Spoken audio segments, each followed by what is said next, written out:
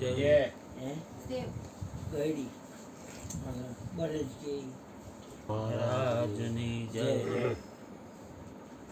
બદલો લેવાની ભાવના એ આપણી ભૂલ છે.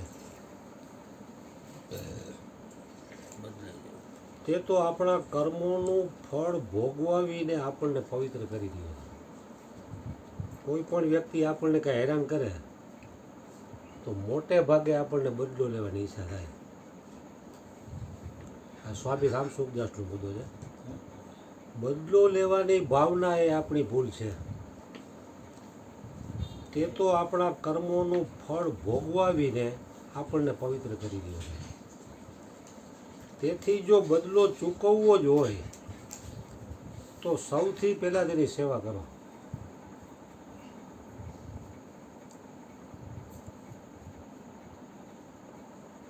જેવી રીતે ગાંધીજીના આશ્રમમાં કોઈ ચોર ગયો તો રાતના ચોરી કરવા ગયો તો પકડાઈ ગયો એટલે માણસોએ પકડી અને એક રૂમમાં પૂરી દીધો. એ કે સવારે આપણે ગાંધીજી સવારે જાગે ને પછી એને કહેશું કે આ ચોરી કરતા પકડો છે અને જે તમારે આકરી સજા કરવી એ કરો. સવારમાં પકડીને રજૂ કર્યો ને ગાંધીજી પાસે તો ગાંધીજી એને કે એ ચોર પછી જે પેલા એ મનુષ્ય છે એ રાતનો બિચારો ભૂખ્યો છે એને પેલા નાસ્તો કરાવો.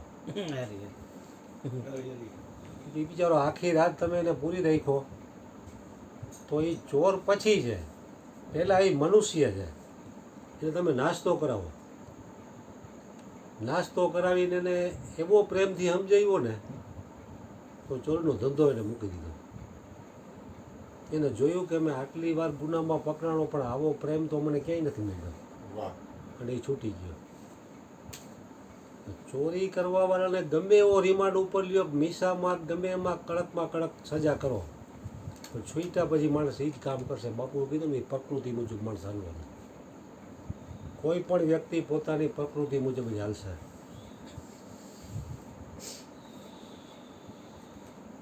દિલાવર માણસ એ છે ને કાંઈ નહીં હોય ને તો એ દિલાવરીગીરી નહીં મૂકે, દેણું કરીને પૈસા વાપરી નાખશે. એટલે લોભી મનુષ્ય એ છે ને હાથ પેઢીનું કદાચ અબજો રૂપિયાની મિલકત એ છે ને તો એ 5 રૂપિયા દેવાનો વિચાર કરશે, કારણ કે એની પ્રકૃતિ જ લોભી છે. અને ઓલા પાસે કાંઈ નથી તો છતાં એની પ્રકૃતિ દિલાવરગીરીની છે ને એટલે એ કાંઈ ન હોય તો ગમે એનાથી ઊંચી ઉધારા કહીને વાપરી નાખે, કારણ કે એની પ્રકૃતિ ટાઈપની છે.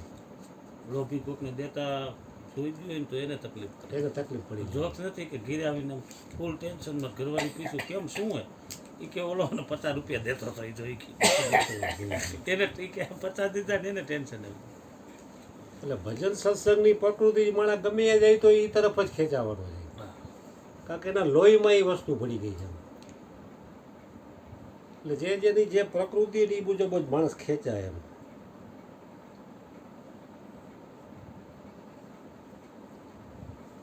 બદલો લેવાની ભાવના એ આપણી ભૂલ છે. તે તો આપણા કર્મોનું ફળ ભોગવાવીને આપણને પવિત્ર કરી દો. પવિત્ર કરી દો જે માનવું એટલે કેવું કઠિન કામ એમ. તેથી જો બદલો ચૂકવવો જ હોય તો સૌથી પહેલાં તેની સેવા કરો. જે દુઃખ દેવાનો પ્રયત્ન કરે છે તે પાપોનું ફળ ભોગવાવીને તમને શુદ્ધ કરી દે. કોઈ પણ વ્યક્તિ આપણને દુઃખ દે તો આપણે એવું નક્કી રાખીએ કે એ તો મારા પાપોનું ફળ ભોગવીને મને શુદ્ધ કરી દે છે. કેવું કઠિન માનવું, કારણ કે પાપ કર્મનું ફળ જ દુઃખ આવે. હવે દુઃખ તમે ભોગવો તો તમે શુદ્ધ થાવ. સામેવાળો વ્યક્તિ કોઈ પણ વ્યક્તિ છે ને એ તમારો લેણદેણનો હિસાબ જ પૂરો કરે, ગમે તે વ્યક્તિ હોય. પણ આપણને એવો વેમ કરી જાય ફલાણા માણસે મને દુઃખી કર્યો, હકીકતે એ દુઃખી નથી કરતો. ઘણી વખત પુણ્યનું ફળ પણ દુઃખ આવે. ઘણી વખત કે જે તમને પાપ કર્મનું ફળ તો દુઃખ આવે પણ પુણ્ય કર્મનું ફળ પણ ઘણી વખત દુઃખ આવે. એ ખબર કઈ રીતે પડે? કારણ કે પુણ્ય કર્મનું ફળ દુઃખ આવે ને એટલે એ વ્યક્તિ પરમાત્મા તરફ ખેંચાય, આપઘાત ન કરે. પરમાત્મા તરફ ખેંચાણ થાય ને એનું એટલે સમજી લેવાનું કે આ પુણ્ય કર્મનું ફળ દુઃખ આવ્યું. નહીંતર હજારો લાખો માણસો રોજ તમે જો આપઘાત કરી નાખે. મને પોતાને 90 સાલમાં મારી પોઝિશન આ જ હતી. વિસી ચક્રમાં માર ખાધો, બધી રીતે માર ખાધો. તો એ સમયમાં ગુંડાવાડીમાં પેન્ટર દવેનો છોકરો આપઘાત કરીને મરી ગયો હતો વિસી ચક્રમાં, દેણામાં. અમારી ઉપર દેણું તો હતું. અમારું હાથીખાનાવાળું નરિયાવાળું મકાન એક ભાઈ માપી ગયો હતો. એ કે પૈસાનો થાય મકાન વેચી નાખો. તયાવારી કુદરતી મને એક ભાઈનો ભેટો થયો, માલકુંડલા બચુ વદાણીયા લઈ ગયા અને એને જે કાંઈ વિધિ બતાવી અને આ લાઈન તરફ હું ત્યાર પછી પડ્યો. નહીં તો થોડામાં મારા હારાણીયા મહિને રાધેશ્યામ બાપુની ધૂન થાય ને તો હું ઘરવાળાને અહીંયા મૂકીને પાછો આવતો રહો. નવરો હોય તો અહીંયા બેહું નહીં. એ બાબત નહોતી. એ કે બેહો ને ઘડીક. મારે કીધું આ ધૂનપૂનમાં કંઈ બેવું જ નથી. આ લોકો શું કરે કે આપણે કાંઈ લેવા દેવા જ નહીં. પછી પ્રસાદીના ટાઈમે હું તેડવા જતો. ત્યાં બુદ્ધિ એ ટાઈપની હતી. પણ પાપ કર્મનું ફળ જે આવ્યું ને, પુણ્ય કર્મનું ફળ દુઃખ આવ્યું ને, તો એ આ તરફ મને વાયડો. એટલે કોઈ પણ પ્રકારની ઝાપટ લાગે એવી અને માણસ જો એ તરફ વળે ને તો એ પરમાત્મા તરફ વળે ને સમજી લેવાનું કે તમારું પુણ્ય કર્મનું ફળ દુઃખ તો જ આવે, નહીં તો ન આવે.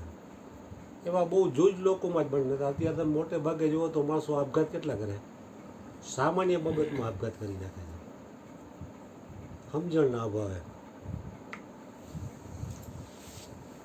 જે દુઃખ દેવાનો પ્રયત્ન કરે છે તે પાપોનું ફળ ભોગવીને તમને શુદ્ધ કરી રહ્યો છે,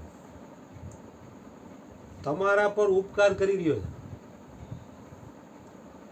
તેનો બદલો લેવો હોય તો પોતાના તનથી, મનથી, વચનથી, ધનથી, વિદ્યાથી, યોગ્યતાથી, પદથી, અધિકારથી તેની સેવા કરો, તેને સુખી બનાવો.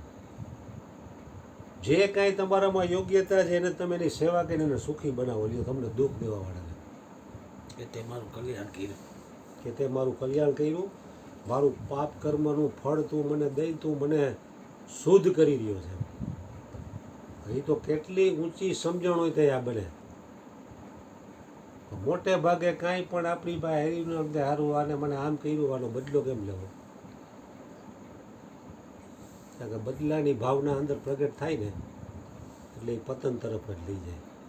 કારણ કે લાખ કોશિશ કરવો જોઈએ જે દુઃખ આવવાનું જે આવવાનું જ છે, એમ કોઈ રોકી ન ઓગે ને.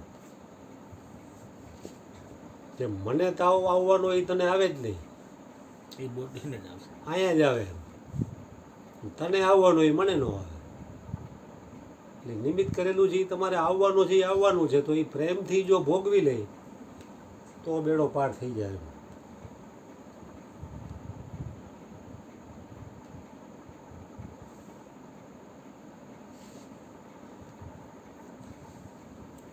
તું હસતા જાય યા રોતા જાય એ નાવ તો હિલતી જાય. ખૂન પસીના બહાતા જા, તાન કે ચાદર સોતા જા. તું હસતા જા યા રોતા જા એ નાવ તો હિલતી જાય. ભગવાને કીધું સુખ અને દુઃખના પૈડા ઉપર જા હાલે છે આપણું ગાડું. એટલે એ તમે સ્વીકારો તોય ભલે અને ન સ્વીકારો તોય ભલે, એ પરિસ્થિતિ તો આવવાની દરેકને. અને એવું નથી કે જ્ઞાન થઈ ગયું તમને દુઃખ ન આવે. જ્ઞાનીઓને આવે અને અજ્ઞાનીઓને આવે, પણ દુઃખને સહન કરવાની શક્તિ પ્રાપ્ત એનામાં એ શક્તિ પ્રગટ થઈ જાય. કૃષ્ણ ભગવાન ટૂંકમાં એમાં હચમચ એને સ્થિરતા એને મળે એમ. કે આ સંસારમાં સુખ છે જ નહીં, દુઃખ જ છે. બુદ્ધે કીધું કે સંસારમાં સુખ છે જ નહીં, પણ સુખ નથી એમ નથી કહેતો, પણ સંસારમાં નથી. સુખ છે એ તમારા અંદર છે, એને ગોતો. કે આ સંસારે કોઈને સુખ આપ્યું જ નથી. ભગવાન રામના પિતા દશરથ રહ્યા, જેની અહીંયા ભગવાન રામનો જન્મ થયો, તો એને પણ પુત્રના વિયોગમાં રામ રામ કરતાં કરતાં પ્રાણ છોડવા પડ્યા. છતાંય મોટે ભાગે માણસોને એમ થાય કે સંસારમાં સુખ છે કંઈક લઈ લે એમાંથી. કારણ કે સુખનો જેમ જાઓ મારી હાથમાં દુઃખ જ આવતું જાય છે. પછી હાથમાં બીજા કોળિયામાં આવશે, ત્રીજા કોળિયામાં એમ માંડીને માણા ધપતો ઠેઠ મૃત્યુની સફર આખી કરી નાખે, મૃત્યુ સુધી પહોંચી જાય છે. સદગુરુ મહારાજની જય. બાબા બોલો ભાઈ.